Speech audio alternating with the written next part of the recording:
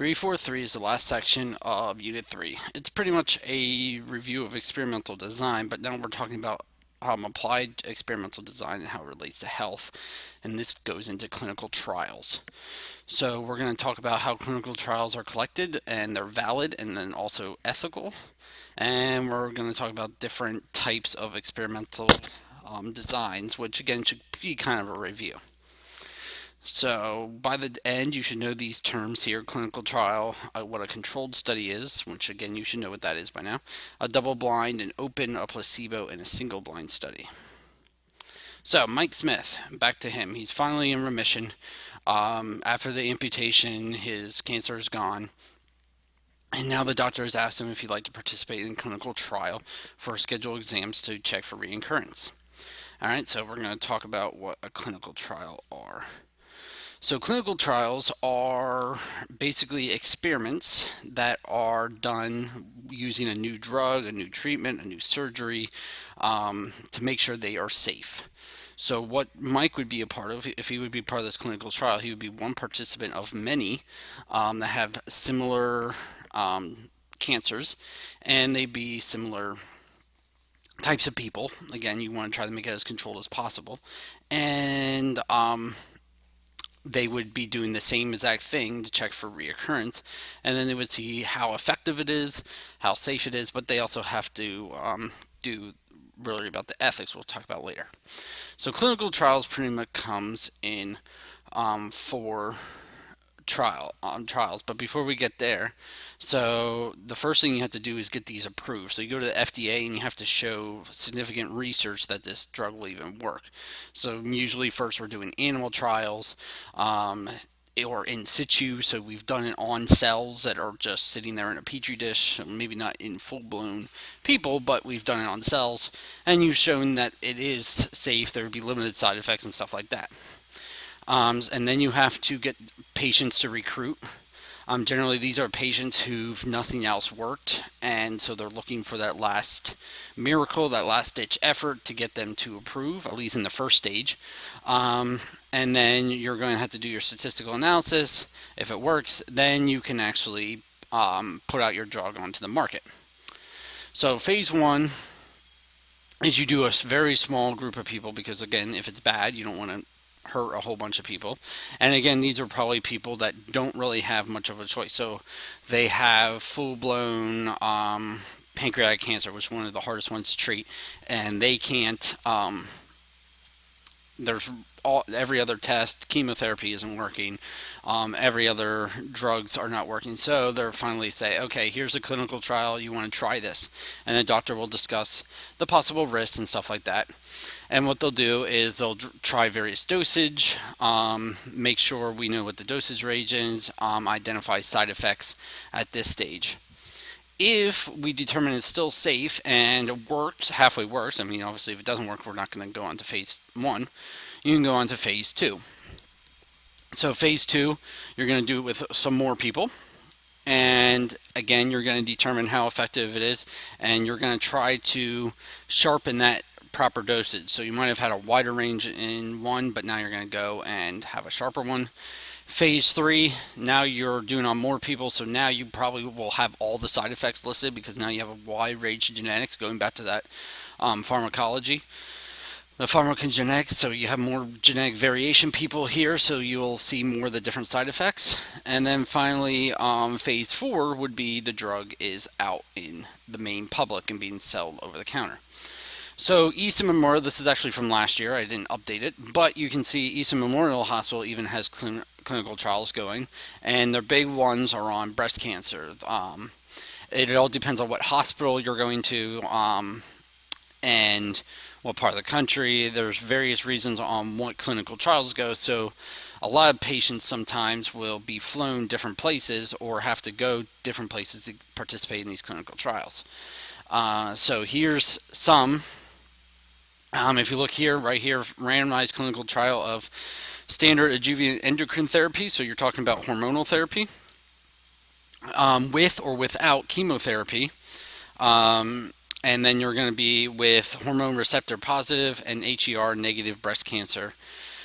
So with a reoccurrence score of 25 or less. So basically, you have to find these specific people who not only have breast cancer, but they have the hormone receptor positive and HER2, which is another gene, negative breast cancer. So that's the type of breast cancer they have, and they have to have a really low reoccurrence score, and you're going to try this therapy on them. All right, and phase 3, so they're pretty far along. They're almost to the point where we're good to start making this a regular treatment. So again, these are all the different choices patients can have.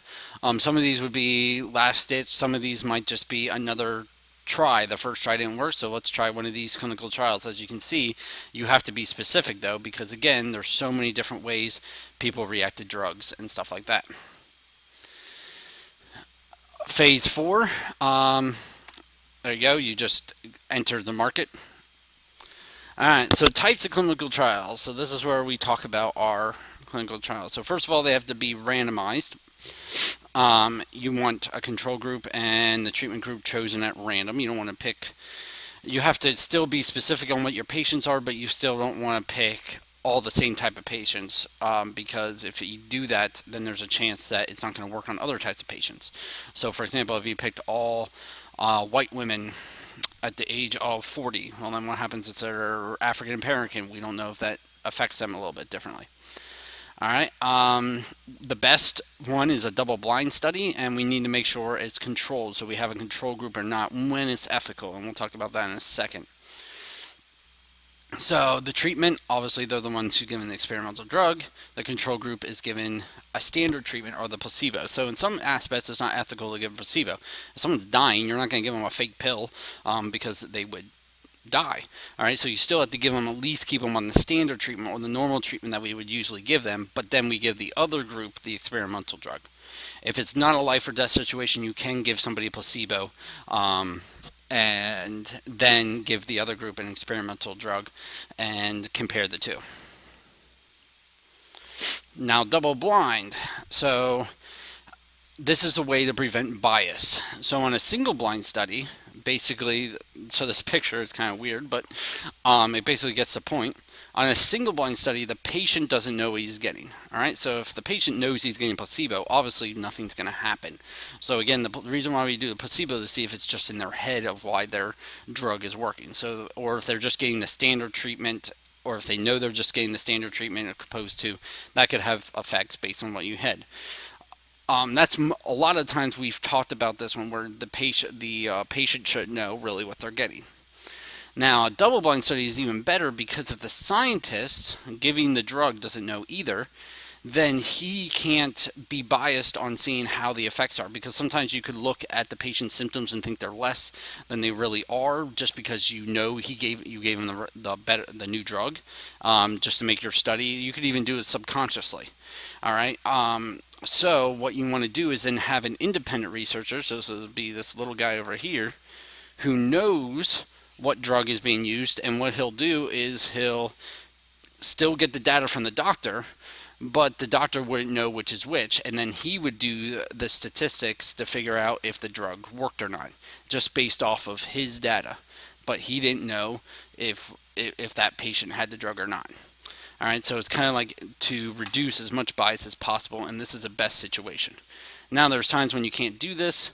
Like, for example, if they're trying a new surgical procedure, obviously the doctor needs to know what he's doing. He can't be not knowing what drug. So this is usually only when you're giving a certain type of drug. All right, so I basically already talked about this, what a single blind is. All right, open trials. This is where I also talked about this. This is where you can't do a double blind. This is because obviously if you're doing implanting a new medical device or surgical procedure, the doctor has to know what he's putting in there, and he has to see what he's doing. So by nature, you can't have him be blind, or even the patient really be blind, because you know what they're doing.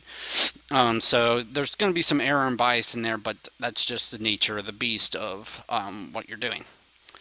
All right, factorial trials. This is another way. So a lot of times on chemotherapy, you're on more than one drug. So you want to see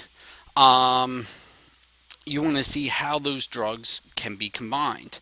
So this is the biggest thing for clinical trials, is a lot of times we have these drugs A and B, but then we'll have to do another group and test, all right, let's see if we put them on A and B and see if the combination is better than one of them alone.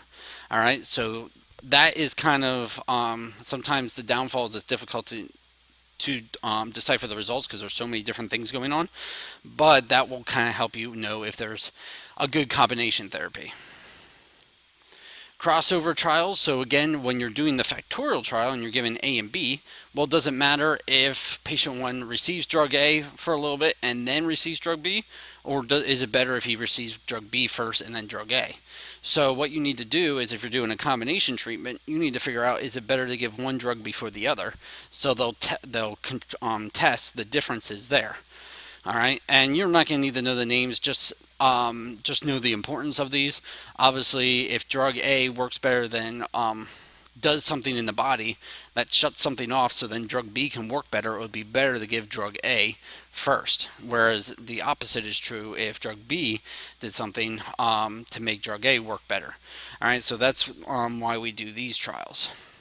All right, so those are all the different types of trials. So double blind is the best. You need to make sure it's controlled with placebo if possible. If you can't do a double blind, it would just be called open study. You have that factorial study to see if a combination is better than the other ones. And then you have the crossover study where you see if one drug given before the other drug is better. All right, so that's a quick summary of what we've done so far. All right, so now the safety and ethical regulations. So all these clinical trials need to be monitored by a review board. The reason why is because in the past we have done, or not we personally, but humans have done clinical trials without notice. The whole Nazi camps, they were basically clinical trials. They were doing tests on these human suspects, obviously without their consent and without their knowledge. Well, they knew they were being tortured, but they were doing all these odd scientific experiments. So that's one of the things that they were doing in these Nazi camps. And this brought about the Nuremberg Code, which says that you have to be voluntary and informed consent. So the doctor has to go over with what you're doing, the positives and the risks, and you need to volunteer for it. You can't just say, here, you're doing this clinical trial. They need to be necessary. Obviously, you can't just do it for the sake of doing it. That's a lot of the times that's what they were doing in the Nazi camps. You also have to make sure it benefits science, and that's far outweighs the risks of any suffering that might occur. And then the patients can withdraw without any penalty at any point in time. All right, so there was another one here where the FDA had to come in, and this is why the FDA can now ban drugs on the market, because at one time there was this drug being used as a sedative during pregnancy, and this called multiple birth defects. This was back in the 70s. So this is why the FDA bans drugs on before we do animal trials. So we have to do animal trials first before we can work on humans. And this one wasn't tested. This one just kind of went right into the pregnancy people. And then this one was another one, and these are more readings in your assignment, but they were only told that they were being tested for bad blood. They weren't even told that you were giving a drug. And they were not even given, and they weren't even given the best drug for syphilis at that time. So there were many men who were having syphilis and they weren't getting treated. So a lot of them died from this, and that's because they were put into this clinical trial without their knowledge. They didn't know what they were being given, and they weren't even being given the best treatment at the time. So this is why you have to give somebody the standard treatment. You can't always just give them placebo. And that led to this review board, who these panel of scientists who basically review all these clinical trials before they go in place. All right, so it's independent, so they make sure they have no monetary investment or personal connection to the people doing it, and they just make sure it's scientifically worthy and that it's ethical and that the benefits outweigh the risks. All right, and then this also brought apart the FDA, who they also have to approve the drug before it goes in. So before these drugs come on the market, there's a lot of stuff that happens. All right, so you have to just determine why we use double-blind controlled studies and the main ethical concerns of clinical trials. All right, so that's it.